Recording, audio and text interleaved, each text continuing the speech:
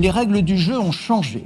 Le monde a basculé d'une économie de paix, marquée par la vigueur de la demande, vers une économie de guerre, handicapée par l'insuffisance de l'offre. Les États européens ont donné l'impression de ne plus comprendre le monde. Ils ont été dépassés par la pandémie, par l'émergence de la Chine, par l'Inflation Reduction Act des États-Unis, par la guerre en Ukraine, par leur dépendance au gaz russe, aux produits manufacturés chinois et même aux technologies américaines. L'Europe apparaît démunie face à la domination des États-Unis dans le numérique et face à l'appropriation par la Chine des technologies vertes. Comment, mesdames et messieurs, l'Europe peut-elle rebondir? Comment peut-elle réussir son sursaut?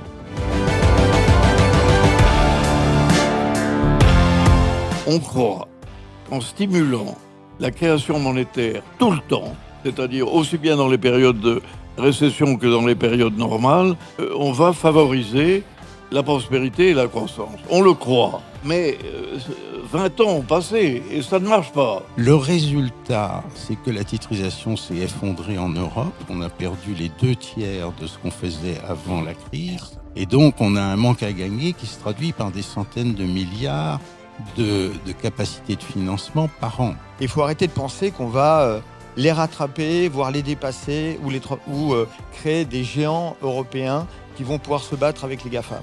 Les GAFAM aujourd'hui sont plus puissants que les États.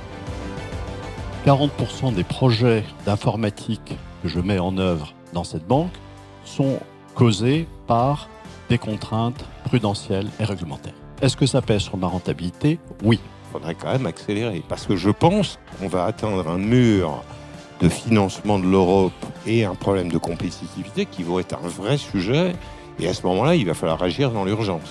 L'Union européenne, c'est à passer tous ces tests flamberge au vent. Grand succès, là où il y a eu de la casse dans d'autres juridictions. C'est un grand succès. Ce qui est intéressant, c'est de voir jusqu'où on peut aller dans les constructions, dans la rencontre des incitations européennes et des projets industriels. C'est la fixation de grands objectifs, mais pas forcément avec des plans d'action importants derrière. On a beaucoup plus raisonné avec le bâton qu'avec la carotte. Du coup, la finance verte, c'est vraiment comment on fait pour accompagner cette transition. La finance verte, elle ne fera pas la transition toute seule. On n'est pas du tout en situation de pouvoir absorber dans les bilans bancaires les investissements qui sont nécessaires pour la transition écologique. Et donc, il faudra qu'ils soient financés autrement. Il y a un enjeu fantastique, mais l'innovation, c'est plus dangereux et c'est plus risqué. Donc comment est-ce qu'on gère cette répartition des risques, en quelque sorte, de manière optimale ?